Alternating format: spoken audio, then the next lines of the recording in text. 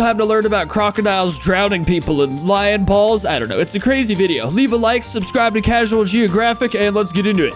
Okay, animal facts we should have left in 2024 because they suck so much balls. Ow, my elbow, what the hell? These saltwater crocodiles in Indonesia have apparently learned how to pretend to be drowning to lure humans in who they view as prey. See, this is why I'm not like a hero. Never be a hero. I guess I'd be a hero. I don't know. That looks terrifying, though.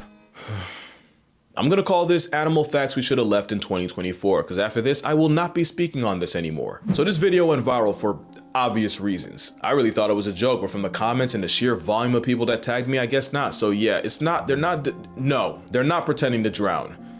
But the truth might actually be worse. What? You see these tiny dots, these pits on the crocodile? Well, they're pressure sensors, and a microdose trypophobia means a prehistoric sawtooth sledgehammer can detect the smallest vibrations in the water. A butterfly can go skinny dipping, and the oversized assault gecko can pinpoint its exact location. Dude, I've never noticed those little holes my entire freaking life. What the hell? In fact, it's scientifically proven. You could blindfold a crocodile in a sensory deprivation tank and drip a leaky faucet's worth of water. They'll know exactly where it's coming from. Their jaws are more sensitive than fingertips, and it's why you can get away with this until a drop of sweat hits their mouth and you get your melon split like Fruit Ninja. It's also why if you see this, be wary. That's a pre-typed obituary. In especially murky water, a crocodile will basically T-pose with a side of spirit fingers to I'm so sorry to interrupt this brilliant gentleman, but is that true? If you could put your head in between a gator's mouth and until a drop of sweat hits it, it won't bite. I need someone to test this out for me. maximize their sensitivity to any disturbances, and any fish in its hitbox gets filleted. What? So yeah, you got a plus-size sentient snare trap beast breathing like a Inosuke, but this armored demon's the only one slaying. So that could be what's happening here. Or maybe the croc caught a body and just won't let go. Or he could just be dead, but definitely not pretending to drown. I mean, that would imply that someone witnessed the same living plot armor that disregarded 2 extinctions in water and tried to be a hero, and apparently did it enough times for the crocs to catch on. And it's not like crocs are stupid. Mugger crocodiles have been recorded using twigs and sticks to bait nest-building birds like egrets into getting close enough to get fouled. See, are you sure they didn't just rise up out of the water with some sticks on their face, though? I don't know. I mean, I'm sure they're plenty intelligent, but I feel like I don't know. Some Cuban crocs have been trained to respond to commands and even come running when called by name. That's a they can Caprasuchus. Run, by the way. Crocodiles have also been known to work as a team, where a researcher witnessed one scare a pig into a lagoon directly where 2 others were waiting. Hell, they even warn you in Australia to never camp or get water from the same place more than twice, because a croc will really recognize the pattern, memorize your routine, and then be right there to cancel your life subscription the next time. So yeah, for a brain in the weight class of a walnut, crocs aren't dumb, but sympathy baiting? That's a Bikram yoga stretch, and what surprised me the most was just how many articles reposted that video repeating it. Like, they really have people out here thinking reptiles unlock the power of manipulation. Now, to be fair, that might seem obvious to you, but to someone who doesn't yap about animals for a living, or, you know, watch them, seeing it in an article could be all it takes, and like a verbal virus, it doesn't take much for it to spread. So, for the sake of my mental health, I'm working with Ground News. To be honest, I did see that video myself, and I saw the same claims like a week ago or so, and it does seem extremely unrealistic. You know, like, there's no way they could possibly learn to ambush like that. We would have seen a crazy intake of like attack videos, and then I don't know, that's how I knew. Because if I have to argue with one more comment, I'm gonna lose something. My mind, my fans, my freedom, it might get critical. Ground News is an app and website made by a former NASA engineer who saw a very real problem with the way information can be used as a weapon, and how news outlets often feed on folks' biases. And the thing is, if you think you can't be swayed by bias, then you're exactly the type of person to fall for it. Ground News counters that by gathering all the world's news in one place so you can compare coverage. No tunnel vision here. You get to see the entire picture and actually be informed. Like, this kind of crap might save the world right here. Otherwise, like, a few news networks are gonna make us all kill each other in several years. With a crocodile story. Here you can see it was covered by a modest 13 sources, and in terms of bias towards one side, there isn't really a whole lot to go off of. But here you can see none of the sources were marked as highly factual. In fact, the majority were quite the opposite. So you see, it's a quick way to know what's what without having a know-it-all on a backwards baseball cap tell it to you. Another recent major event were the LA wildfires, and with Ground News, you can see it was reported by 214 sources, and in terms of bias, it broke pretty much even down the middle. But with bias comparison, you can see that left-leaning literature focused on it being possibly the most costly natural disaster in US history, and right headlines, they focus more on the long-term ramifications for people and businesses and what it could mean for different sides of the socioeconomic spectrum. I got evacuated for those fires. It was like,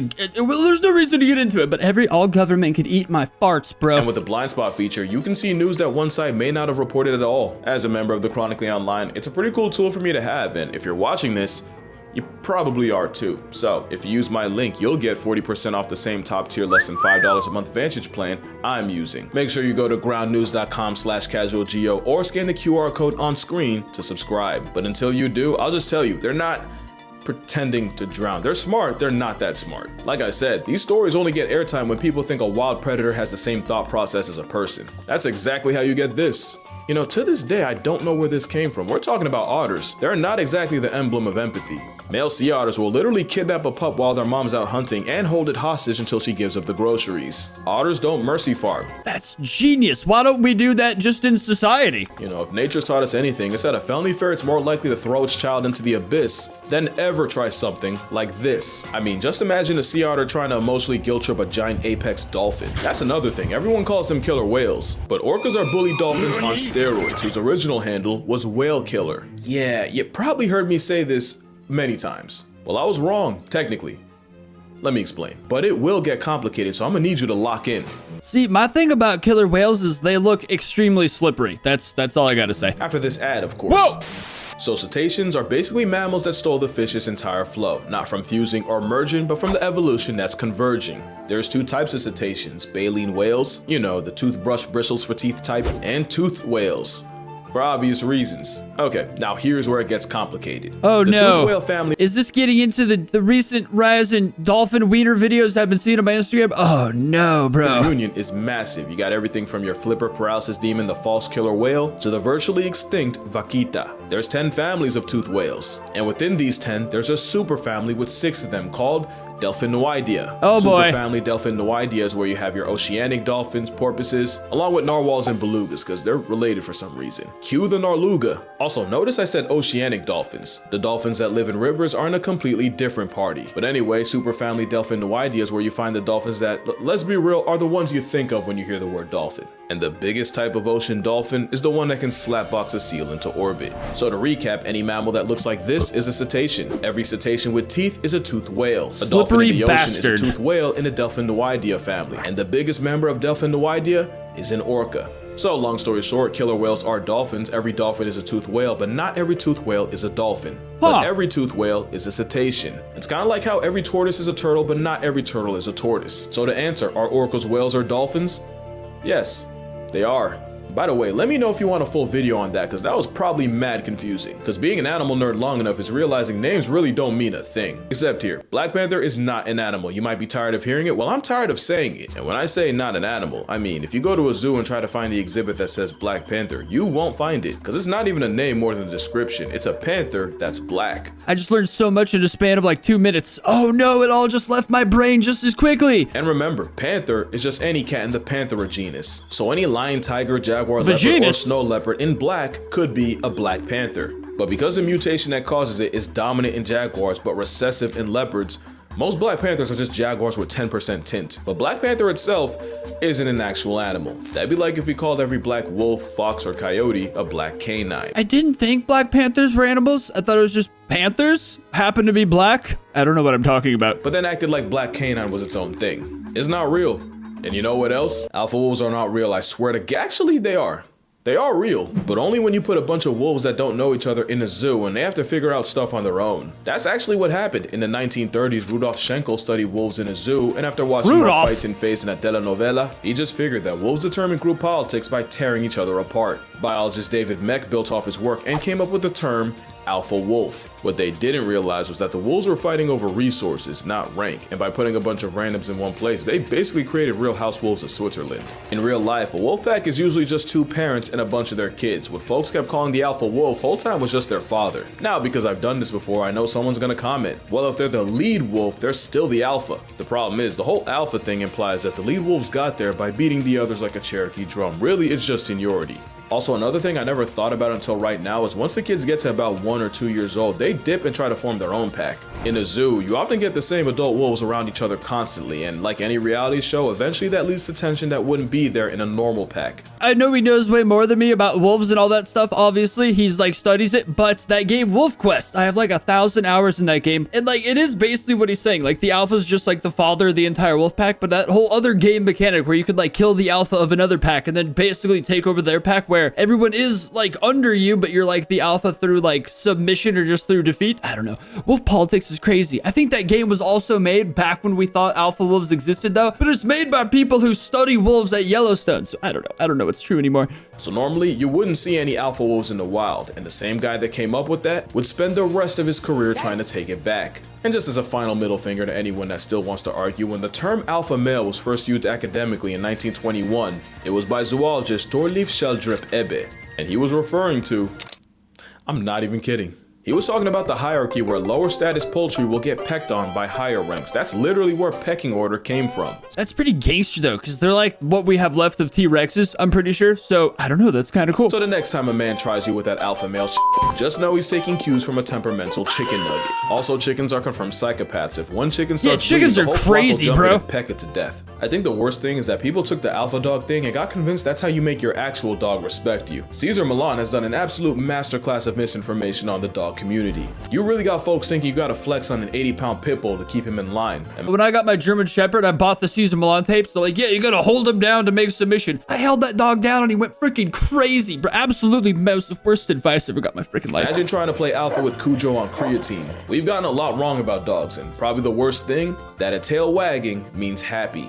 That fact alone has probably gotten more people bit than anything. Basically, a tail wag means excitement. Excitement can mean seeing their person come home, or it can mean fear, anxiety, or the last warning before they put a canine-sized hole in your hand. And the faster the tail, the more excited Fido is. The question is, what kind? Well, science says a tail favoring the right means the vibes are good, but a tail leaning left could mean stress, so best to be left.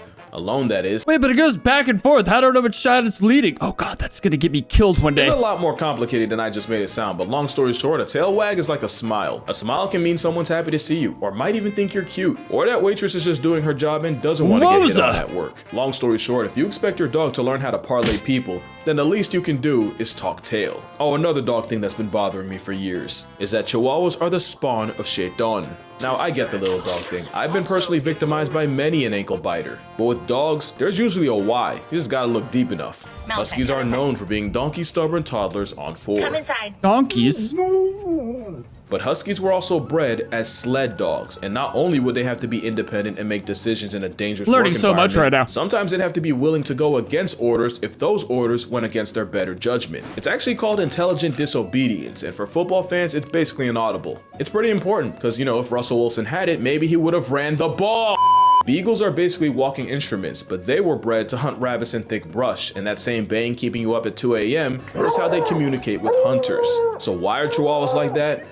You know, I don't even think it's a Chihuahua thing more than a little dog thing, but I have my theories. A lot of times, Chihuahuas don't get socialized with other dogs early on, so the first time they see a big dog, which like any dog to them is a big dog, it probably scares the daylights out of them. Also, I think a bigger thing is owners be letting a lot of bad habits slide just because they're travel size. My ex had a freaking rabbit in a Chihuahua. I know what you're thinking. If a dog doesn't like you, you're a bad person. All dogs love me, bro. But that dog specifically attacked me multiple times. So did that rabbit. So eventually it escalates. Let it be a Doberman and suddenly they'll know discipline. Actually, that's my biggest thing. A lot of owners won't correct bad behavior when it comes from a Chihuahuano. In fact, I've seen a lot of y'all encourage it. I've always said if a Rottweiler acted like a Chihuahua for a day, he'd be dead by dinner. Also, often what looks like aggression might just be fear. And if your dog tells you he's afraid and you don't listen because you think it's cute, but that's how you end up with a dog version of David. Size might be part of it too, but it probably has less to do with it than people think. See, a big thing I think it is with Chihuahuas is because people don't respect their space and boundaries because they see them as just a stuffed animal more than like an actual dog. So you still need to respect their space, their boundaries and all that. Otherwise, they end up crazy as hell. Long story short, if I see a kid wilding in Walmart, I'm gonna look at the parents. And likewise, I'm gonna blame the dog owner before I blame the dog. No clever transition, but another thing I've heard is that male lions don't hunt, or No clever transition was a pretty smooth transition, not gonna lie. better yet, that male lions are lazy. And I can tell you exactly where it came from. You see, lionesses use the power of friendship to run down prey in open areas. It's pretty hard to miss. Lions are bigger, bulkier, and with a whole afro equipped, they had to switch up the playbook. So instead, male lions ambush prey by camping out in dense brush. Research shows that male lions pack up prey as frequently as females. It's just that in the olden days, you'd probably never see it. Also, before male lions even get a pride, they're in their nomad arc. Oh, they'd be lying on the ground permanently if they didn't hunt. Now, to be fair, male lions do stop hunting as much when they're in a pride. My theory is that the reason they get like a claim as lazy bastards is because when a male lion is sprawled out, belly up, his balls are flopped over. I feel like the balls flopped over makes you look like a huge piece of crap. But not completely. They'll often get involved to bring down bigger, riskier prey like buffalo that lionesses might struggle with. Basically, the lionesses run them down and the main mercenary delivers the final blow. Now, they do only get involved about 10% of the time, but it's not because they're lazy. They just have a different job description. Male lions patrol the Pride lands, mark their territory, and as you know, they gotta run the ones with any outsider trying to take his place. What you might not realize is, as good at hunting lionesses are, in some studies they got up to half their kills stolen by hyenas, or even other males. Having a nearly 500-pound equalizer on their side helps them keep what they catch. It's not lazy, it's just that lions and lionesses help cover each other's weaknesses perfectly, and clearly it works. They're the most notorious and feared pack predators in Africa. Or maybe second, because there's one predator that animals fear even more than Mufasa Oh damn, and friends. transition time. It's us. Oh, It's us. never mind. You might remember that an experiment showed that almost every animal from giraffes to antelope to even leopards and hyenas were unanimously more afraid of the sound of humans than the cadence of a giant carnivorous cat. Which It's like Jungle Book, bro. We're like the bastards. is out to this day. I still don't understand how this went viral. Or at least I didn't, because not only did I find out where it came from, I think I was wrong, kind of. Technically. Let me explain. So in 2017, college student Julia Haas posted a tweet saying elephants basically see us the same way we see puppies. I'm actually really interested in this because I saw the same damn post going around like crazy. It's just one of those things that people believe that seems stupid. I need to see if it's stupid or Now, not. ignoring the part of the population that's terrified of dogs, the fact loses steam when you realize she got it from Tumblr. It's more likely that one of the smartest creatures alive see us as predators, but not their babies. Remember, it's proven that baby elephants that play the most grow up into more well-adjusted adults. It's why you'll see a baby-faced boulder chase around birds, dogs, and anything in between. So here's what I think happened. Baby elephants will treat humans like any other animal. Difference is, humans might be the only animal that'll see an 1,800-pound toddler barreling towards them and welcome it. In fact, the premature pachyderms probably realize that a hairless bipedal ape gives them the best response. So it's not really that elephants think we're cute, it's that baby elephants think everything's cute. Us included. And I'd bet that's where all the videos of 1-ton 2-year-olds manhandling people came from, and I He's so freaking right. He's making so much sense right now. wouldn't even believe that if I didn't nearly become one of them. Yeah, I went all the way to Chiang Mai to get bullied by an elephant's child. And I'd do it again. I actually made a video where I talk about it, along with why playing with one could be a bad time for literally everyone involved. You might not have seen it because apparently the YouTube lords did not care for that video. Probably because I talked about certain topics. Oh God! If you know, you know, but if you don't, definitely give it a watch. I don't usually plug after I post, but I'm proud of that one. But that's gonna do it for this video. Make sure you drink water, hug your mother, touch grass, it's good for you. And I'ma see y'all in, well, hopefully in this one, but if not, I'ma see y'all in the next one. What a good list of advice right there. Makes me want to be a better YouTuber. I'll never tell you guys to hug your mom or touch grass or drink water or anything. If anything, I'd tell you to go like be Batman. Fight criminals. No, I'm doing it again. I feel like I learned a lot back there, but I've like an ADD brain and I lose the information as quick as I hear it. Like there's just so much going on. I'm a visual learner. I guess to use visual examples. I have no excuse. I stick to that lion theory though. It's the balls. That's what does it. Either way though, that was freaking sweet. If you're still here, leave a like on the video, but subscribe to Casual Geographic because he makes some awesome stuff. And I'll see you next time.